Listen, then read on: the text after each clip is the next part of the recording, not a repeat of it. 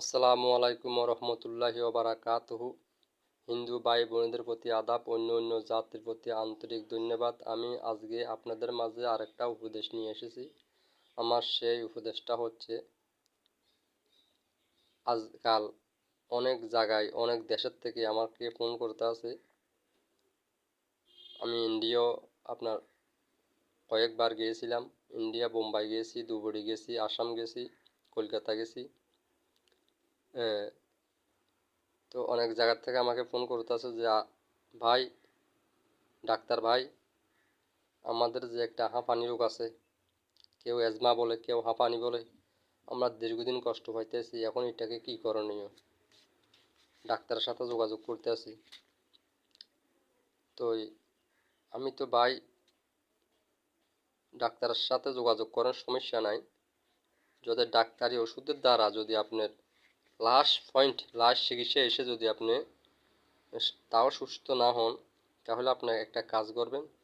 সেটা হচ্ছে আপনার, আমি হিন্দু, মুসলিম, বৌদ্ধ, খ্রিস্টান, জাতি উপজাতি সবার জন্য বলতে আছি, আপনারা এই ওষুধটা যদি ব্যবহার করেন, ইনশাআল্লাহ আপনাদের অ্যাজমা, হাঁপানি চলে যাবে। কিছু কষ্ট করতে হবে, ওষুধটা জোগাড় করতে হলে কিছু কষ্ট করতে হবে।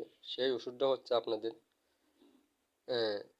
হাতের কানের মতো বড় বড় পাতাওয়ালা গাছ, কেউ আকন গাছ বলে, কে আকন্দ গাছ বলে, কে আপন গাছ বলে। এটা রাস্তার ফাঁসে থাকে, বা খালের পাড়ে থাকে, বা বাগানে থাকে, বাগিচায় থাকে, মানুষের বাড়িতে থাকে। এই ধরনের পাতাটা বড় বড় সাদা জাতীয় একটু গাছ। ওই পাতাটা আপনি যদি ছিঁড়েন, সাথে সাথে আপনার এই লাসা আটার মতন ক্ষীর বাইর হবে। ঠিক আছে? ওই ওই গাছের পাতা বা ছাল, আকন্দ গাছের ছাল কিংবা পাতা এনে রোদ্রে শুকাবেন। শুকাবার পরে আপনি চাইলে বিড়ির শুকা ফালাই, ঠিক আছে, ওই বিড়ির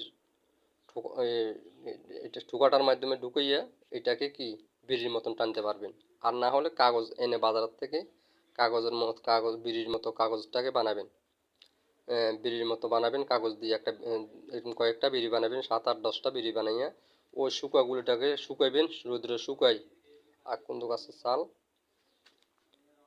রোদ্রে শুকাই, এটাকে বিড়ি শুকার মতন কি কষালিয়ে গুঁড়ি করে, এরপরে এটা ওই বিড়ির যেটা বানাবেন, বিড়ি বানাবেন কাগজ দিয়ে, ওই বিড়ি ওটার ভিতরে ঢুকাইয়া, এরপর আপনি